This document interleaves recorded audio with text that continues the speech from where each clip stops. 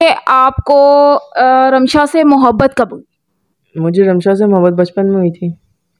क्या बचपन में मिलते थे आप? रमशा और अहमद थैलेसीमिया के दो मरीज, मोहब्बत करने वाले ऐसे मियाँ बीवी जो अपनी इस मोहलिक बीमारी का मुकाबला हिम्मत और हौसले के साथ करते हैं। मेरे आज के इस प्रोग्राम का मकसद थैलेसीमिया के मरीजों और रमशा और अहमद की तकलीफ़ों से आपको आगाह करना है। जब आपने दुल्हन बने देखा तो आपको कैसी लगी? जैसे खिलता गुलाब, जैसे शायर का ख्वाब। मुझे अहमद बड़े रोमांटिक है, थोड़ा सा और सुना दे, जरा थोड़ा सा तो और सुना दे। कहूँ बता कि मैं हूँ हीरो तेरा। बिस्मिल्लाहिर्रहमानिर्रहीम, अस्सलाम वालेकुम सैम ट्रूथ चैनल के प्यारे व्यूअर्स। मैं इस वक्त मौजूद हूँ सुंदस फाउंडेशन में, जहाँ पर मेरे दो ऐसे पेशेंट से मुलाकात हुई जो कि बहुत बाहिम्मत हैं और अपनी ज़िंदगी में पूरी जवां मर्दी से हालात का और अपनी बीमारी का मुकाबला कर रहे हैं। और इत्तेफाक की बात है ये कि दोनों मियाँ बीवी भी हैं।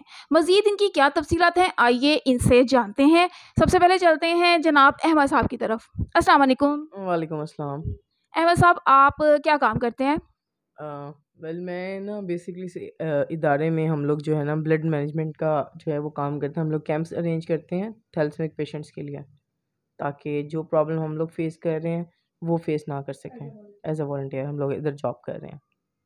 अच्छा, एज अ वॉलंटियर काम कर रहे हैं तो आपको इसका मतलब है कोई पैकेज वगैरह तो नहीं मिलता होगा, पे वगैरह? देखिए ये स्टेपन्स होती हैं, ठीक है, it's not on salary, but हमें अल्लाह का शुक्र है, बेहतर है यहाँ पे। अच्छा, अस्सलाम वालेकुम। वालेकुम सलाम। आपका क्या नाम है? रमशा। रमशा, आप ये बताएं कि गुजारा कैसे होता है? शुक्र है अल्लाह का, गुजारा बहुत अच्छे से हो जाता है। कुछ सपोर्ट हमें सुंदर फाउंडेशन करता है, कुछ सपोर्ट हमारी फैमिलीज़ करती हैं, हमें बहुत अच्छे से गुजारा हो जाता है। शुक्र अल्लाह का। अच्छा, तो ये बताएं कि ये आप दोनों को ये बीमारी कब से हुई?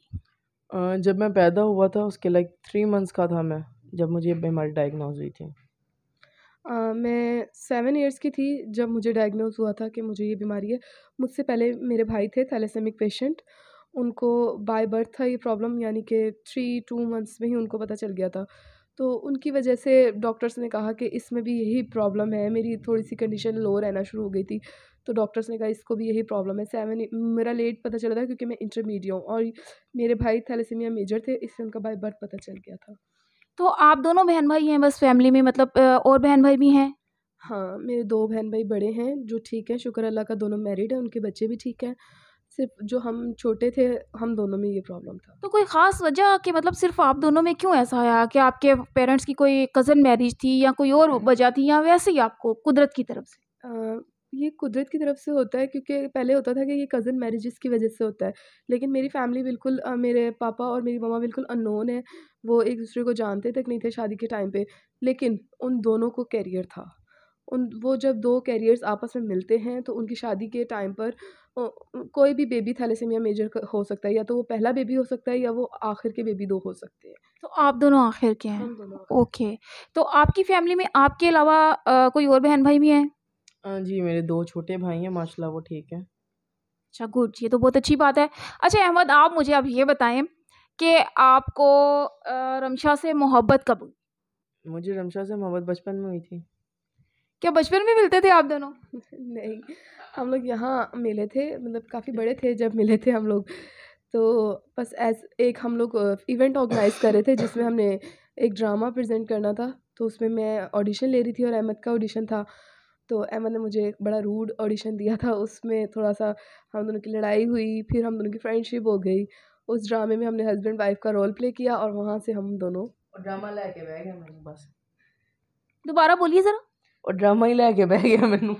व्यूअर्स ये कह रहे हैं कि उस ड्रामे की वजह से बदकिस्मती हुई इनकी कि इनको इनकी शादी हो गई, यही कहना चाह रहे हैं ना? नहीं, बदकिस्मती नहीं कहते इसको।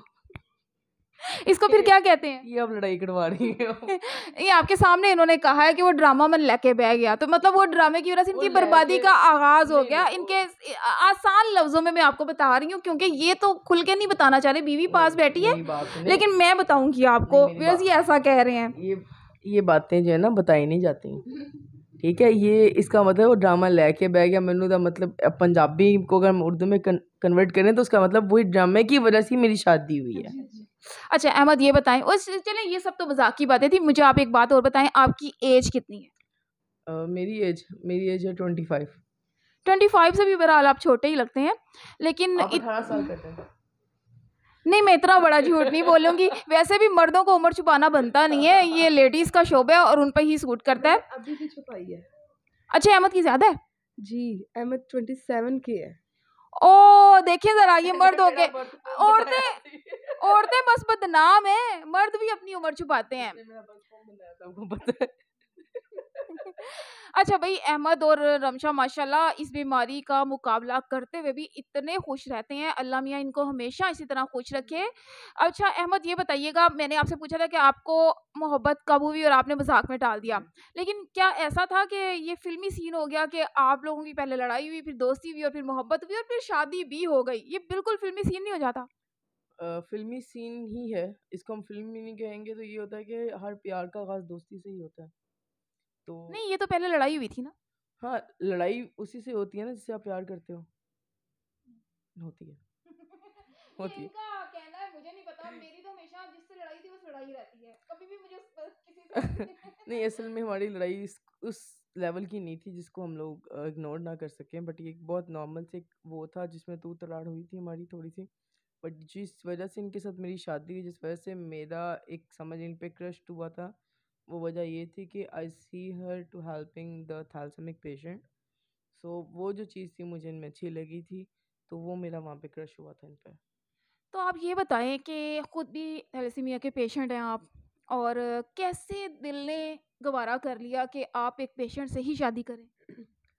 मैंने अपनी जो मेरी थैलेसेमिक फ्रेंड्स थी, मैंने उनकी शादी देखी थी कि वो नॉर्मल से शादी हुई है। तो मैं उनकी लाइफ देखती थी तो कोई ख़ास लाइफ चल नहीं रही थी उनकी, नॉर्मल से शादी कर कर। तो मैंने अंदाज़ा लगाया कि यार नॉर्मल इतना ज़्यादा अंडरस्टैंडिंग नहीं होते, उन्हें पता ही नहीं है कि बीमारी क्या है। आपका कहने का मतलब है कि जो बीमार लोग होते हैं वो ज़्यादा अंडरस्टैंडिंग होते हैं? हमारे केस में बीमार लोग ज़्यादा अंडरस्टैंडिंग होते हैं क्योंकि उन्हें पता है कि हमें ब्लड लगा है, तो अब हमारा मूड स्विंग होगा, हम इरिटेटिंग है इस टाइम पे, हमें पेन है इस टाइम पे, तो वो हमारी पेन उनको भी वही सेम पेन्स होती हैं। तो वो हमें ज़्यादा अच्छा से महसूस कर सकते हैं कि हाँ इनको नॉर्मल तो माशाल्लाह वो ठीक होते हैं। अल्लाह ताला ने उन्हें सेहत दी होती है, उन्हें पता ही नहीं कि हमारे दर्द हो रही है और वो किस लेवल की दर्द है, और हम ब्लड लगवा कर आए हैं तो हमारा इस टाइम पे क्या इरिटेटिंग लेवल है, तो उनको थोड़ी पता है ये सब कुछ।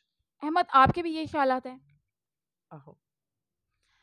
अच्छा अहमद, बड़े फ़नी से लगते हैं मुझे, इनसे बाद में फ़नी बातें करेंगे। पहले मैं थोड़ी सी इनसे ये बात कर लूँ कि इसमें थैलेसीमिया की मर्ज़ में तकलीफ़ क्या होती है? थैलेसीमिया के मर्ज़ में तकलीफ़ें तो बहुत सारी होती हैं, लेकिन हम दोनों ने, या बड़े बच्चे कह लें आप, वो अब इस बीमारी से लड़ना सीख गए हैं। लड़ना तो सीख गए हैं, मेरा मतलब है कि जिस तरह कहते हैं कि जैसे पेट दर्द है किसी को, वो वैसी तकलीफ़ है। थैलेसीमिया के पेशेंट को मतलब ब्लड लगता है ना, तो उनको आप बता सकते हैं कि कैसी मैं उनको कैसी पेन होती है? मैं आपको बता देता हूँ कि लाइक जो थैलेसीमिया की जो पेन होती है ना, इसमें 3 चीज़ों इस चीज़ को मैंने 3 चीज़ों में डिवाइड किया। पहली मुआशरा, सेकंड आप अपने लिए लड़ना, आपने कैसे लड़ना है। थर्ड, आप जब बड़े हो जाते हैं तो जो दर्द है, ये 2 दर्द ऐसे हैं जो इन दर्द को कवर करते हैं। वो ये क्या कि अगर हमें ब्लड नहीं मिलता तो अव्वल तो जो हमारा बॉडी है उसमें बहुत पेन, जो हमारे जॉइंट्स होते हैं उनमें बहुत पेन होती है। वो इस तरह की पेन है कि अगर हम लोग एक कांटेदार एक कपड़ा, कांटा है ना, उसके ऊपर कपड़ा पकड़ के उसको खींचे ना, तो वो हड्डियों की पेन होती है और बाकायदा आवाज़ों के साथ। सेकंड, हमें लोग अंडरस्टैंड नहीं कर पाते हैं, जो हमारी यूनिवर्सिटीज़ के जो कॉलेजेस के होते हैं, वो समझते हैं कि पता नहीं यार ये कैसे हैं। मसलन लाइक हम लोग अपनी एज से छोटे दिखते हैं, जैसे अभी आपने बताया, तो एक थोड़ा सा बुलीनिज़म उसमें आ जाता है। सेकंड, अब जाके माशाल्लाह मुआशरे को समझ आई है कि ब्लड डोनेट करने से फ़ायदा होता है, ठीक है कि नहीं। पहले लोग ब्लड डोनेट करना एक समझते थे कि हम लोग अपना खून दे रहे हैं तो इसमें हमें ही कुछ ना हो जाए। थैलेसीमिया में मेन पेन्स जो है ना वो ये है कि हमारी जब एचबी लो होती है, हेमोग्लोबिन, तो हमारी हार्ट बीट बहुत तेज़ रहना शुरू हो जाती है और हमें चक्कर आने लगते हैं, बहुत सुस्ती सी महसूस होना शुरू हो जाती है, और ब्लड की कमी की वजह से हमारे जॉइंट्स पेन स्टार्ट हो जाती है। अगर हमें बर वक्त खून ना लगे तो हमारी ये कंडीशन बढ़ती जाती है, जिससे हम लोग डाउन होना शुरू हो जाते हैं, और सेकंड ब्लड लगवाने से हमारा आयरन बढ़ जाता है। आप लोगों को ब्लड कितने अरसे के बाद लगता है? मुझे महीने में 2 वैक्स लगते हैं और अहमद को शायद 3 या 4 लग जाते हैं अहमद को। तो आप लोगों को ईज़िली ब्लड मिल जाता है? जी अल्हम्दुलिल्लाह, हमें ना सुंदस फाउंडेशन से इजीली ब्लड जो है वो मिल जाता है। चलें, ये तो बहुत अच्छी बात है। तो आप लोगों को ये लाइफ़ टाइम ब्लड का इश्यू रहेगा? यस, ये इस बीमारी का अभी तक कोई इलाज नहीं आ पाया। जो इलाज है वो है बोन मैरो। बोन मैरो होता है अंडर 10 एज। जो 10 साल से छोटे बच्चे होते हैं उनका ज़्यादा रिकवर कर जाता है। 10 साल से बड़े बच्चों का रिकवर नहीं करता, और बहुत ज़्यादा महंगा इलाज है कि कोई अफोर्ड ही नहीं कर सकता। करोड़, मतलब करोड़ या करोड़ से ऊपर पैसे लग जाते हैं उसमें। तो कभी कभी तंग आते हैं आप लोग इस बीमारी से? मतलब कुछ टाइम होता है सम टाइम ऐसा कि हम लोग तंग आ जाते हैं, लेकिन वो इस सेंस में नहीं आता है कि बीमारी से।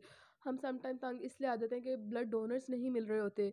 बिल्कुल ही ऐसा होता है कि जैसे अभी कोविड गुजरा, कोविड में सुंदर फाउंडेशन के पास भी डोनर्स नहीं थे, लेकिन ये हमारे लिए भरपूर कोशिश कर रहे थे कि डोनर्स हो सके।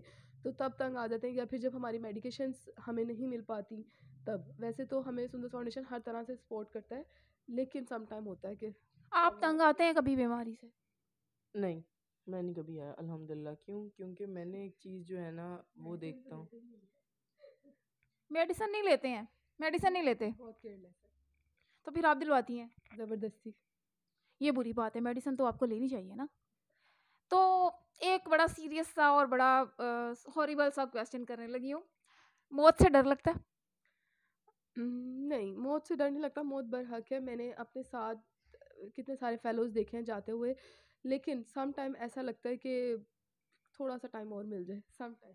आपको लगता है? आहो लादा क्योंकि जिन्हें गुनाह ने तो गुनाह ना करें ना, अल्लाह को खुश अल्लाह करने की माफ कोशिश करे करें। कि मनी लॉन्ड्रिंग करता है जेड़ा गुनाह। इन्होंने खुद कहा है कि बड़े गुनाह हैं, तो मैंने कहा शायद कुछ गुनाह ऐसे किए मैंने इन्होंने। थोड़ा सा थोड़ा सा उस चीज़ को वैसे ऑन अ सीरियस नोट, ये बिसाइड द जोक्स, मुझे मौत से डर नहीं लगता। वो क्यों? क्योंकि एक चीज़ है जो आपका आनी है, ठीक है? उस चीज़ से डरने का फ़ायदा नहीं, और खुदा की तरफ से ज़िंदगी मौत अल्लाह के हाथ में है। ये कोई ना डॉक्टर आपको बता सकता है, कोई इंसान नहीं आपको पेशेंट कोई करके बता सकता है कि आपने कितना जीना है कितना नहीं। आप अपनी गारंटी देती हैं?